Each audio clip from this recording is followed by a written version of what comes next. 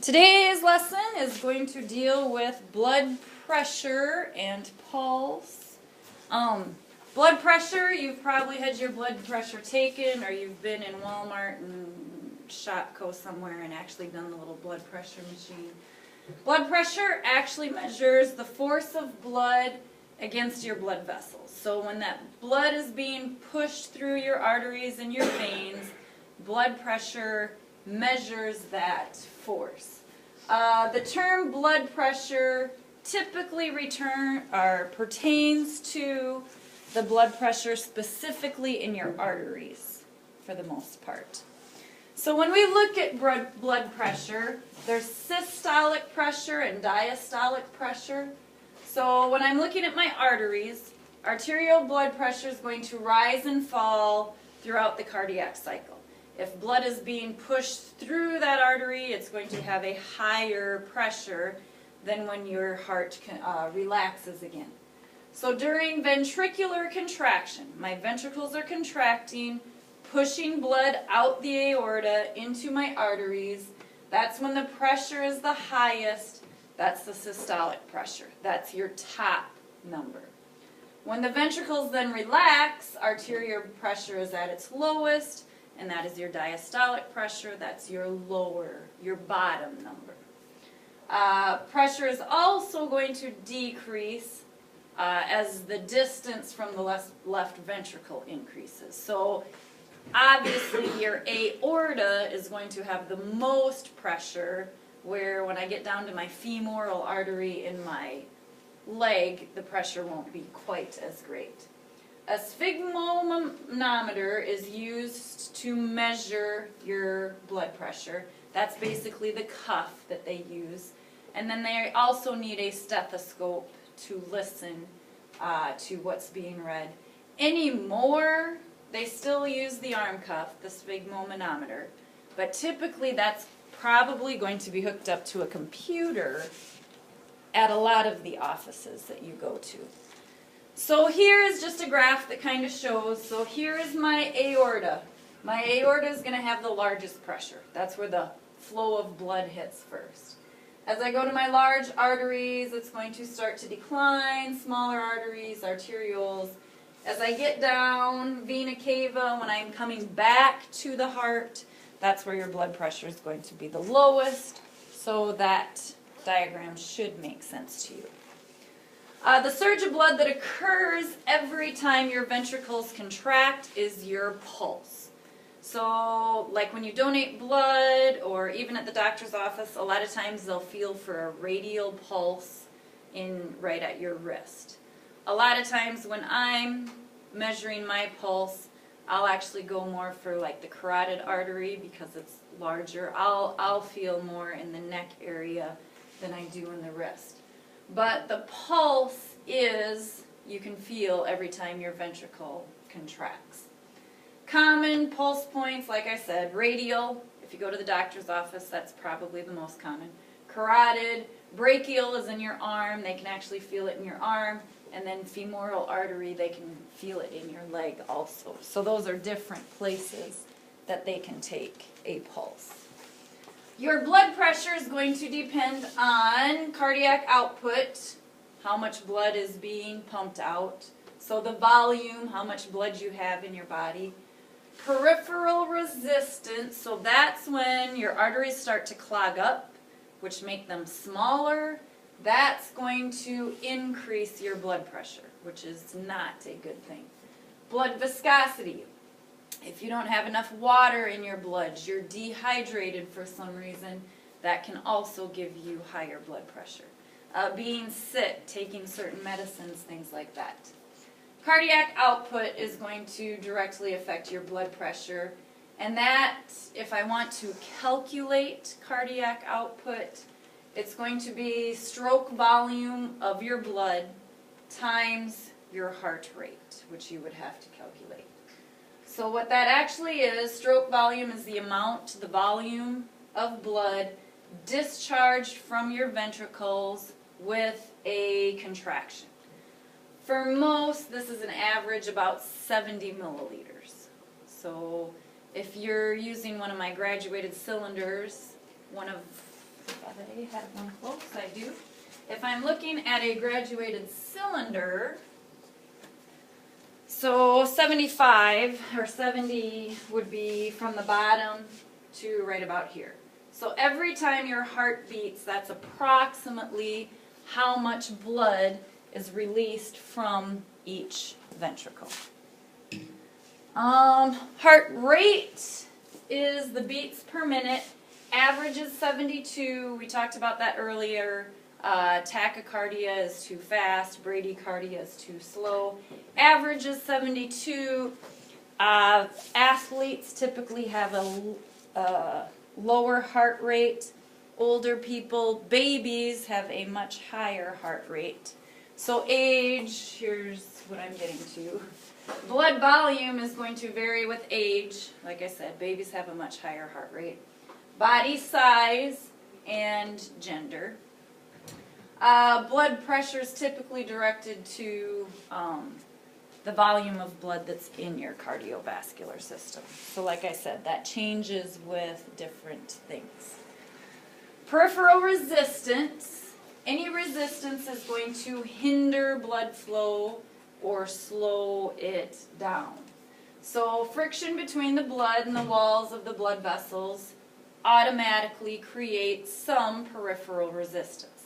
Obviously, your blood's going through a tube, it's meeting resistance. However, there's other things that can cause that to become greater. So when your peripheral resistance increases during constriction of the blood vessels, that blood pressure is going to increase. If your blood vessels dilate or get larger, it's going to cause your blood pressure to decrease. So obviously, if my tube gets smaller, the pressure's bigger. If my tube or blood vessel dilates and gets bigger, it's going to be less pressure. Viscosity, to me, this is a chemistry term, physical science term. It deals with thickness of a liquid. The higher the viscosity, the more thick the liquid is. So viscosity of blood flow is also going to affect your blood pressure. The greater the viscosity means the thicker. So the thicker the blood, the greater its resistance to flowing, the greater the blood pressure. If I'm trying to pour syrup through something, it's not going to flow very well. If I'm going to pour water through something, it's going to flow much easier. So you want your blood to be thin to a point. Too thin of blood can cause bleeding disorders. So if I kind of look at the homeostatic, the basis, this is where I want it. Here's my blood pressure. If my blood volume increases for some reason, my blood pressure is going to increase. If my heart rate speeds up, if my stroke volume, which is directly related to my blood volume, if my resistance increases, my blood vessels get smaller, whether it's plaque buildup or it's cold out. If it's cold and your vessels shrink, your blood pressure will be a little bit higher. Blood viscosity, the blood gets thicker. All of the things on this table are going to cause my blood pressure to increase.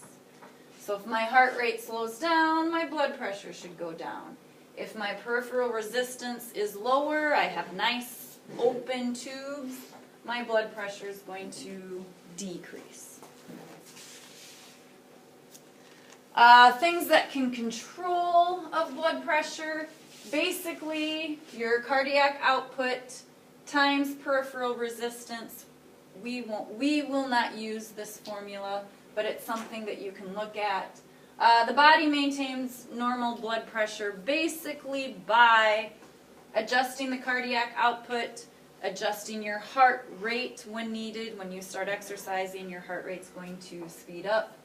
And then the peripheral resistance. Your blood vessels naturally will dilate or constrict based on things that are going on inside of your body. Frank-Starling law. Frank-Starling law is the relationship between fiber length of the muscle and the force of the contraction. So when blood enters your heart, the walls, the fibers are stretched as they're filling, giving it a stronger contraction. The stronger contraction increases that volume, increases that output. So fiber length, this kind of deals with exercise. Typically a person who has a stronger heart is going to have a stronger contraction. If I can squeeze a large amount of blood out at once, then my heart does not have to beat as often. You'll have more of a rest time if you can get a stronger contraction out of your heart. Baroreceptors, this is probably the most important part in controlling your blood pressure. So baroreceptors are going to pick up any change that you have in blood pressure. The volume of the blood enters the right atrium. That's the first place it enters the heart. That should be equal in volume to the blood that's leaving the left side of the heart. So we want to keep those volumes close to the same. If the arterial pressure increases, the cardiac center in your brain, in the medulla oblongata, is going to send an impulse to your heart that says to slow down. So cardio inhibitor, this is going to be sent to your SA node at the top of your heart, slow down the heart rate. If your arterial pressure drops, same thing, medulla oblongata, the part of your brain, sends the message to increase your heart rate to help adjust the blood pressure. So cardio inhibitor slows down, cardio accelerator is going to speed up. So here, another graphic to look at. Cardiac output increases. Maybe you drank a large amount of water. Maybe when you've donated blood and your body is adjusting to that. Cardiac output increases, so my blood pressure is going to increase. I have more volume. The baroreceptors in your aortic arch, in your heart, are stimulated. Those go to the cardiac center in your brain. Parasympathetic impulses go to the heart. SA node says, hey, slow down. Blood pressure returns to normal. Other things are going to affect your blood pressure. Emotional upset. As a coach, I can feel my blood pressure get high when I get frustrated with something or with my own children or whatever. Emotional upset changes your blood pressure. If your face is getting red and my jaws are getting tight, I'm assuming that my blood pressure is going up. Exercise is going to affect your blood pressure. Rise in temperature, having a fever can affect your blood pressure. Peripheral resistance, there again, whether it's something natural that's happening in your body or you're actually having a clogging of an artery, something like that. Sympathetic nerves change the diameter, respond to blood pressure. Vasodilation, so my vessels get larger. Vasodilation decreases my pulse rate and it decreases my blood pressure. If my blood vessels constrict, vasoconstriction, they get smaller, my pulse rate's going to increase and my blood pressure's going to increase because it's going to have to